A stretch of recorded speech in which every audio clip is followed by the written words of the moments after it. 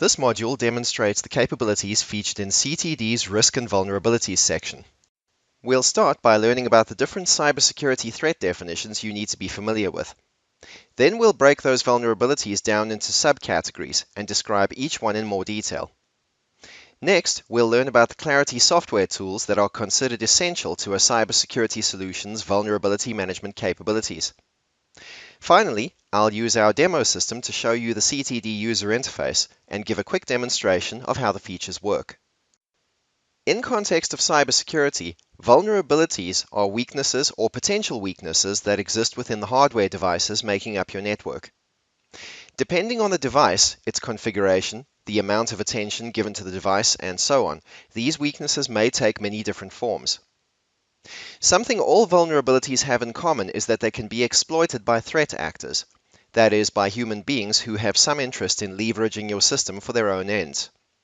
Exploitation usually takes the form of penetrating the network and disrupting the normal operation of different systems and devices within the facility. This creates an ongoing need to manage vulnerabilities. Vulnerability management brings together a number of continuous processes. As we learned in the previous module, it starts with clear visibility of all your network devices, as well as visibility into the operational life cycle of the plant.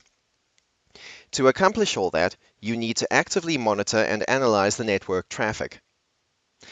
When vulnerabilities have been identified, the next task is to identify the most critical devices to patch, then organize the patching process in terms of priority. This is especially true for process control networks, because maintenance of them typically only happens once or twice a year, and within a very narrow time window. This is because patching and machine maintenance lead directly to downtime. In industrial networks, downtime translates into large financial losses every minute. After identification and prioritization, the relevant users must be made aware of the vulnerabilities. This introduces a need for accurate and efficient reporting. If users become aware of exposures within their network, they need to immediately remedy the exposures according to the risk prioritizations we mentioned earlier. Then verify that the remediation has taken place and was successful. Vulnerabilities can be classed into two subcategories. The first one is common vulnerabilities and exposures, better known as CVEs. CVEs are publicly known exposures and are available to view through many different online sources. Each CVE includes a unique identifier and contains a full description of what the vulnerability actually is, how to remedy it, and so on. Each CVE has a risk value assigned to it. Typically, this is recorded within the Common Vulnerability Scoring System, or CVSS. The second subcategory is unknown vulnerabilities. These vulnerabilities are almost always not common knowledge. If they are exploited, they are usually being exploited for the first time. The result is what is termed a zero-day attack. Now I'm going to describe the ideal characteristics of the tools you must have in order to manage network vulnerabilities efficiently. First, you must have in-depth visibility into every hardware device in your network, down to and including the serial number, model number, and firmware version of each device. As I stressed in the visibility module, without this information, it is impossible to accurately identify vulnerabilities in the network assets. This is because vulnerabilities exist not only as parts of specific devices, but as part of different firmware versions applicable to specific devices. Next, the risk management tool you use must provide detailed explanations of why the device being examined actually poses a risk, as well as what level of risk is inherent in that device. What this means in practice is not just identifying vulnerabilities in the device, but also considering where in the network this device is placed and connected, considering how accessible this device is from the point of view of a threat actor intending to penetrate or attack it, and considering how critical this device is in context of your organization's day-to-day business life. Another important consideration when evaluating the amount of risk is whether this device was previously the subject of an attempted or successful penetration. The tool you use must also feature an easy-to-use reporting function. Ideally, this should allow you to provide the needed data to the relevant personnel with minimal intervention by the relevant users and with a single click. Finally, the tool mustn't just inform you of risk, It should also assist you in remediating risk and vulnerability issues as quickly as possible by providing a detailed assessment of each identified vulnerability. This allows users to quickly understand how serious the vulnerability is, then proceed to remediate the issue. Now we're going to enter the CTD demo system and see what the theory we've just learned actually looks like in practice. We are now in the CTD user interface. This is the default dashboard view, and now we will focus on the risk and vulnerabilities section. The first thing we see is a hygiene score reading. This value refers to the accumulated risk level that is currently posed to the system. It is calculated as a function of the critical security insights found by CTD, the common vulnerabilities and exposures, the anomalies detected, and how many critical assets have been identified. A low score on the meter indicates that the system is highly vulnerable to attacks, and the other way around. This meter can also be seen as a bar graph in the dashboard widgets in the Risk and Vulnerabilities section. The overview shows which aspects of the network can be fortified, with the aim of achieving a more robust network architecture and enhancing protection of the system. The overview indicates whether the system is sufficiently patched by showing gaps in network security using different widgets. This view is completely customizable. Users can add and remove whichever widgets they choose and also create additional ones. Different dashboard views can also be created and utilized as needed. The Insights view shows insights into the system that have been generated by CTD. An insight is simply a revelation of a particular exposure or vulnerability. It can give the user the means to investigate the operational processes of the device and its impact on system security. Information provided by the Insights tool is based on analysis of your entire security posture, thereby producing a holistic risk assessment across the entire industrial control system, or ICS, network. Expanding the insight shows the list of associated vulnerabilities. So here, as an example, we have a hardware asset that has 150 unpatched vulnerabilities associated with it. In this case, every vulnerability is associated with a full match CVE. Note that every CVE has its own unique identification number. Expanding the listing allows you to see the full description of the CVE. If the computer you're working from happens to have internet connectivity, CTD also supplies a link to reference materials that explain the relevant CVE in more detail.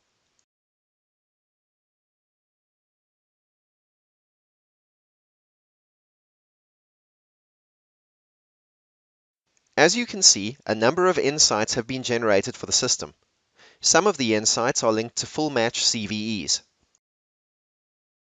Here, insights have also been generated relating to unknown, or zero-day, vulnerabilities. A couple of contextual examples include unpatched vulnerabilities or the presence of multiple network interfaces. Now, I must stress that this is just information regarding potential vulnerabilities that a user should be aware of as part of their overall security posture. Now, let's say you've taken action to remediate a vulnerability, or you don't want to see it as part of an upcoming report. In either case, you can click the Mark All as Completed button for that particular vulnerability. The Insights section has report generation capabilities as well. If we click the three vertical dots in the upper left corner, we see options that will allow us to download a relevant report or schedule a report to be sent out at a later time. Now, let's go back to reviewing the risk evaluation mechanism of CTD. Clicking the asset listing transfers me back to the Assets view. Now, let's open the Risks and Vulnerabilities tab for this device. The first thing we see is CTD's risk calculation for the asset. This is presented as a spider graph. Note that the calculation is available per asset or per virtual zone within your environment. CTD uses a granular risk mechanism to classify assets and virtual zones. The classification is done using a self-learning algorithm that enables users to detect risky areas and risky assets in the network. Presented with the relevant data, users can more easily understand the nature of the associated risk and take the necessary step to remedy it. The entire view is intuitive and informative. To start with the basics, the spider graph tells us why this asset actually presents a risk. Earlier, we were informed that this asset has 150 vulnerabilities, so it's a fair bet that vulnerability contributed the most to this risk score. If we want more information, the right-hand side of the screen contains a detailed breakdown of all the factors summarized in the spider graph. From a vulnerability perspective, it has those 150 unpatched vulnerabilities. It also uses 2 unsecured protocols and is specifically communicating with one risky category asset. This asset has never been the subject of a threat alert, but has a medium risk level for criticality, which has obviously contributed to its risk score. It's important to remember that criticality values are assigned by the user, not by CTD. Therefore, if a user were to deduce that this specific asset is more critical or less critical to their specific organization, they can change the criticality value. Naturally, this would also affect the entire risk score. The asset has been found to be accessible, but no relevant alerts were found. One management protocol and one risky access type are associated with the asset. So, all the relevant information is broken down in a way that makes it easily understandable by personnel who are tasked to work with the system. Not much technical expertise is actually needed to assign priorities to vulnerable assets, or to understand why a specific asset should be patched before any other. Now, this risk assessment is for a single asset. As I mentioned earlier, CTD is also capable of providing the same assessments for entire virtual zones. Let's demonstrate that by going to Zones. First, let's select a zone. Next, let's open the Risks and Vulnerabilities tab.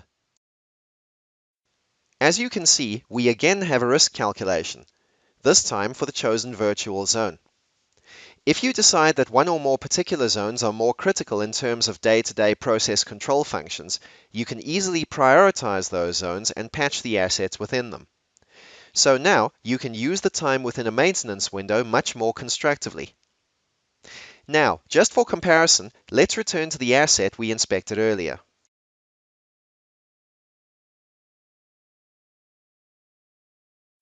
This is exactly the same view, but relevant only to a single asset, instead of to a virtual zone containing more than one asset.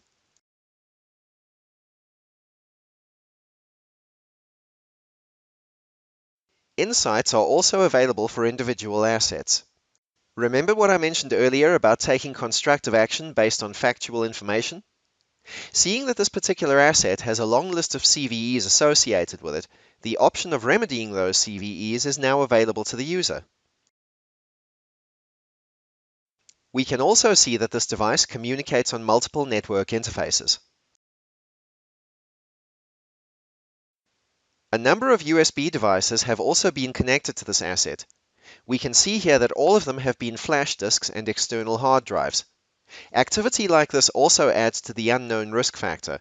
In context, it may be alright to have those USB connections, but just in case it isn't, you should always be aware of this kind of activity. The next section deals with attack vectors.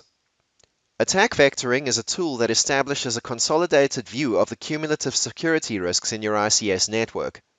From there, it helps you proactively find ways to mitigate those risks. It does this by visualizing the impact of security gaps and other potential risks to vulnerable assets. The default view, which is the one we're currently seeing, will always present the riskiest attack scenario first.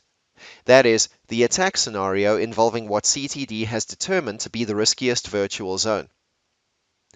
Scenarios are calculated from all potential possibilities identified by CTD. We can choose other target zones using the target zone drop-down at the top of the screen. This will show you possibilities for other attack vectors that can be calculated. CTD considers lateral movement when calculating attack vectors. As an example, internal assets may be communicating with external assets through the same subnet. In this scenario, an asset has a connection to an external network.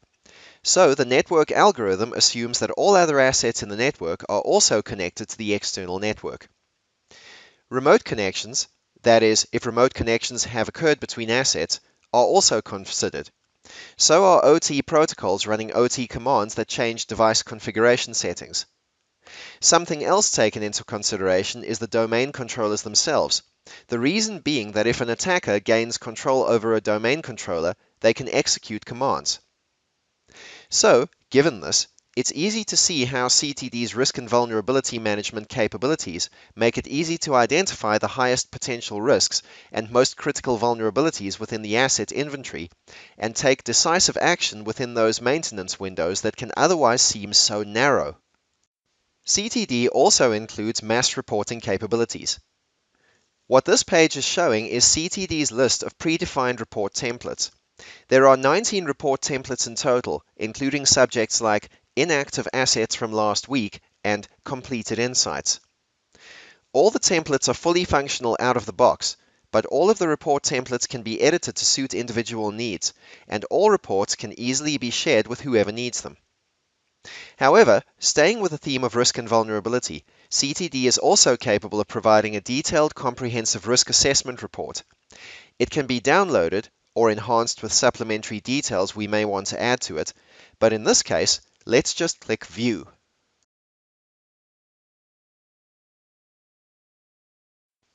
The report always starts with the network hygiene score detected by CTD for your site. It would take up quite a lot of time to explain this entire report in detail, but there's really no need to do that as it's quite intuitive and simple to read, even if you're not a networking or cybersecurity specialist.